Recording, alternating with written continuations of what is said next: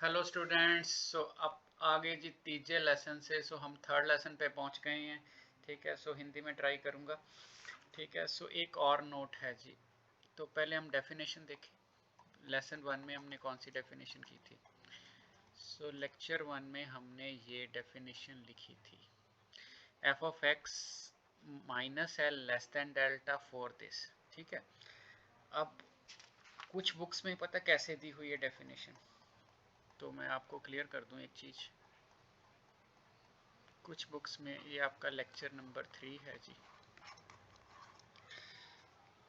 तो आपके पास सबके पास डिफरेंट डिफरेंट टाइप्स की बुक हैं। तो किसी बुक्स में दिए कि limit X approaches X comma Y approaches to A B F x Y is equal to L.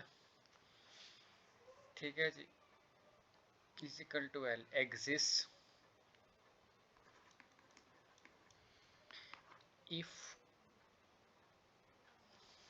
ठीक है जी, F x Y minus L less than epsilon for X comma Y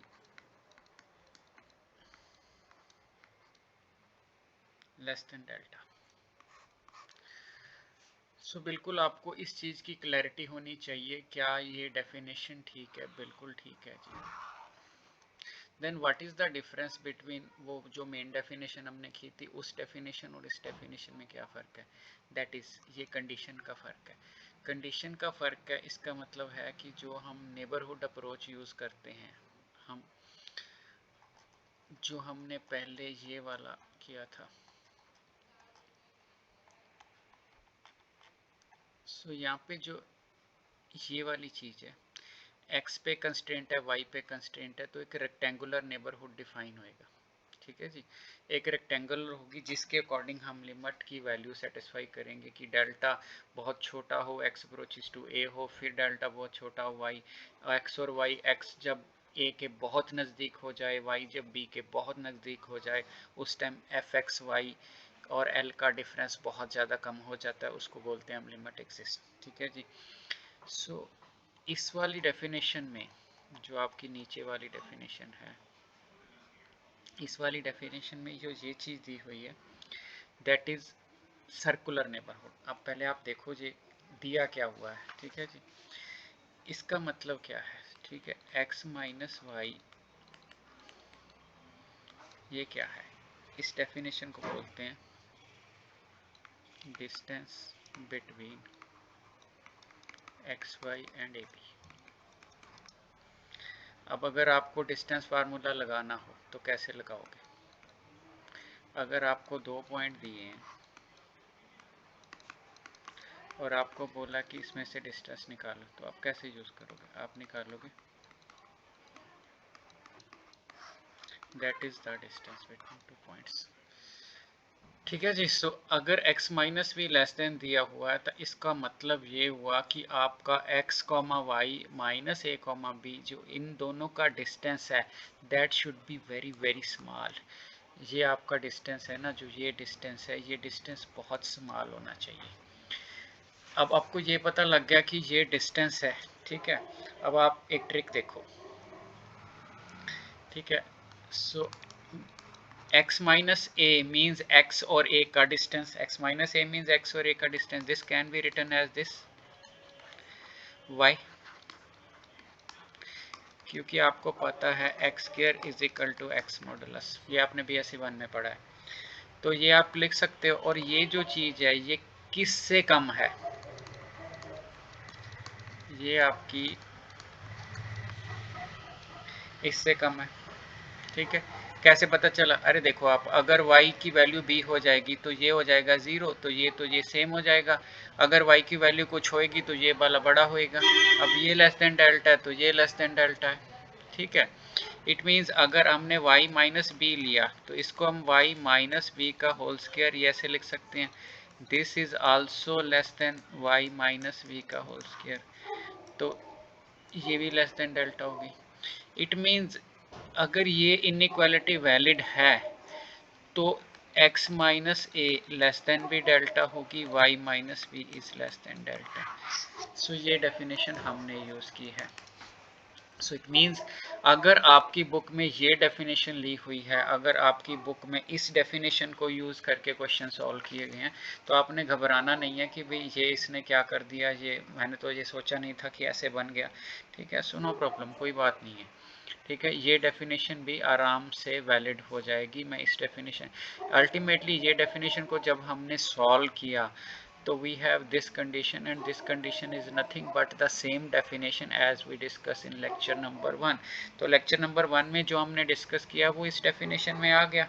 सो इसका मतलब है कि अगर ज्योमेट्रिकली आप डिफाइन करोगे, ठीक है जी, ज्योमेट्रिकली डिफाइन करोगे तो क्या होगा, हमने ए और बी में डिस्टेंस लेना है, ये एक्स वाई है। ठीक है, अब अगर आप मूव करोगे, अगर वर्ड लोकस वर्ड यूज करूँ मैं, लोकस का मतलब होता है path traced under specific condition. And path की डेफिनेशन क्या है, रिलेशनशिप बिटवीन वेरिएबल। अब ये डिस्टेंस कांस्टेंट है, ठीक है, इस डिस्टेंस को मान लो मैं डी बोल देता हूँ, ये डिस्टेंस कांस्टेंट है, ये डिस्टेंस कांस्टेंट है। आप इसको समझने की कोशिश करना, क्योंकि जब आप एमएससी में जाओगे, जब आप एमएससी में जाओगे तो ये चीज़ आपके बहुत काम आएगी। ठीक है जी, मैं आपको अपनी क्वालिफ़िकेशन के बारे में बता देता हूँ। मेरा 4 सब्जेक्ट में यूजीसी नेट क्वालिफाइड है और मेरे पास 16 सर्टिफिकेशंस फ्रॉम आईआईटीज़ हैं। 16 सर्टिफिकेशंस जिनमें मशीन लर्निंग भी है, हीट वेव मैकेनिक्स भी है, use of probability in 3G 4G communication भी है। सो इट मीन्स मुझे पता है कि कहाँ कहाँ इस चीज़ की एप्लीकेशन आनी है। ठीक है, सो आप कोशिश करो, मैं आपको बहुत बहुत सिंप्लीफाइड फॉर्म में डेफिनेशन समझा रहा हूँ। फिर भी अगर आपको कहीं पे डाउट रहा तो प्लीज़ कमेंट कर देना। ठीक है, क्योंकि ये इनिशियल स्टेज है चैनल की। ठीक है, अभी हमने स्टार्ट किया है। ठीक है, हिंदी में तो वीडियो ही 5-7 हैं, पंजाबी में ज़्यादा है, बिकॉज मेरा जो स्टूडेंट बेस है इनिशियली अभी तो पंजाबी ही है। जो बच्चे मेरे संपर्क में हैं, चाहे पंजाबी यूनिवर्सिटी के हैं या पंजाब यूनिवर्सिटी के हैं, इलाका पंजाबी होने के कारण, ठीक है, तो ज़्यादा वीडियोस पर ज्यों ज्यों टाइम आगे जाएगा मैं हिंदी में भी बनाने की कोशिश करूँगा कि उस बेस को आगे लेके जाया जाए।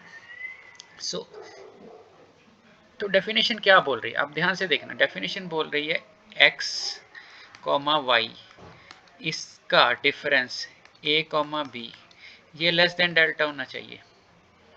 इट मीन्स ये डिस्टेंस बहुत बहुत कम होना चाहिए। ठीक है, आप ध्यान देखो, ये डिस्टेंस बहुत less than delta, this delta depend upon epsilon, depend upon epsilon, इसकी वैल्यू एप्सिलॉन हो सकती है एप्सिलॉन बाई 2, एप्सिलॉन बाई 3, कुछ भी हो सकती है epsilon which is very very small. Epsilon is positive है ना, एंड वेरी वेरी स्मॉल, और इसकी वैल्यू बहुत छोटी होती है।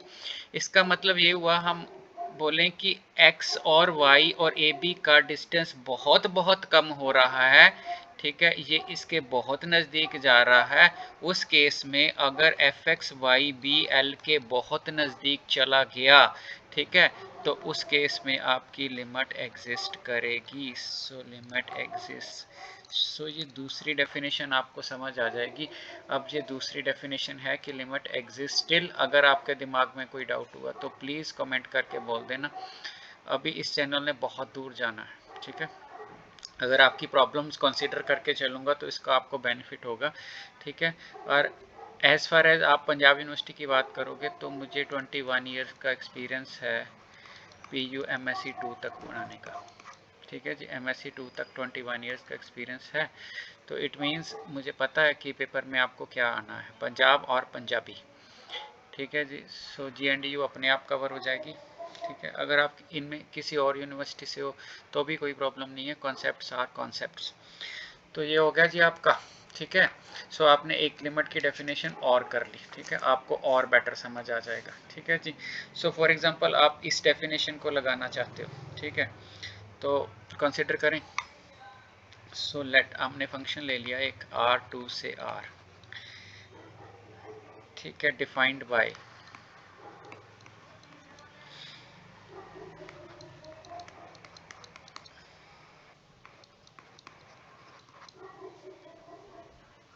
show that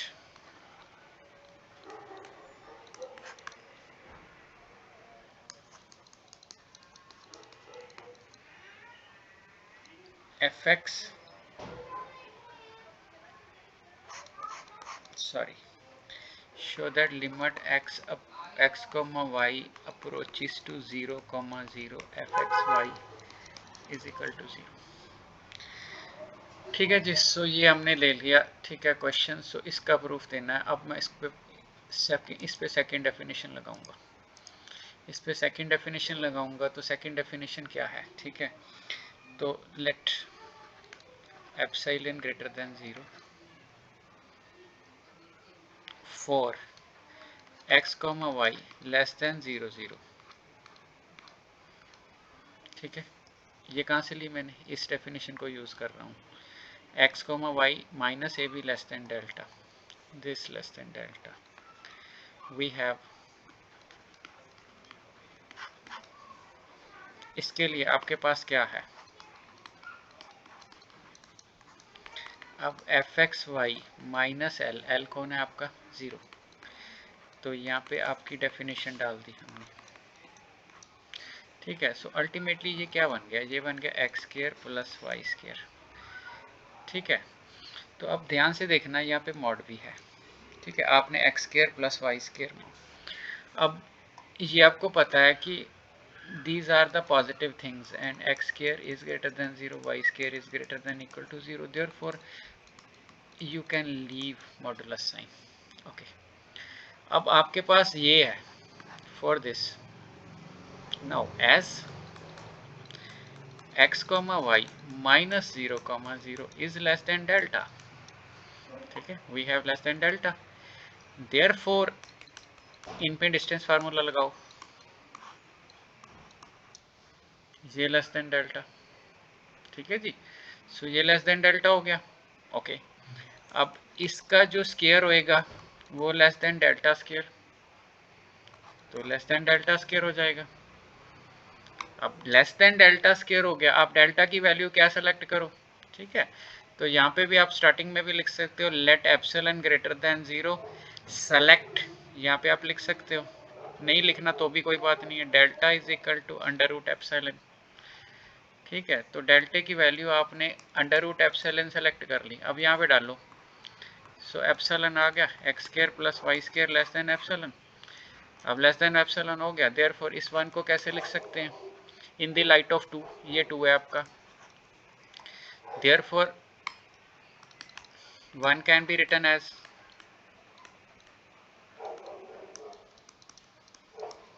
so 1 can be written as, 1 को कैसे लिख सकते हैं? एफ एक्स माइनस 0 0 है ना, so F x Y minus 0 less than, ठीक है, ये आपका एक्स स्क्वायर था ना, X square plus Y square that is less than delta. So आप ऐसे करो, इसको पहले ये लिख लो फिर लेस देन डेल्टा लिख लो। अब आपकी डेफिनेशन बिल्कुल ट्रू होगी, देयरफॉर लिमिट एग्जिस्ट्स। क्वेश्चन खत्म। सो इस लेक्चर में आपने डेफिनेशन नंबर 2 समझने की कोशिश की है और मेरा ख्याल है आपको समझ आ गया होगा। अगर समझ आ गया होगा प्लीज़ कमेंट में लिख देना कि आपको समझ आ गया है। ठीक है जी, सो यहाँ तक पहुँच गए हो तो लाइक तो बनता ही है, तो शेयर भी कर देना आप, अगर अभी तक आपने सब्सक्राइब नहीं किया तो कर देना। ठीक है जी, थैंक यू।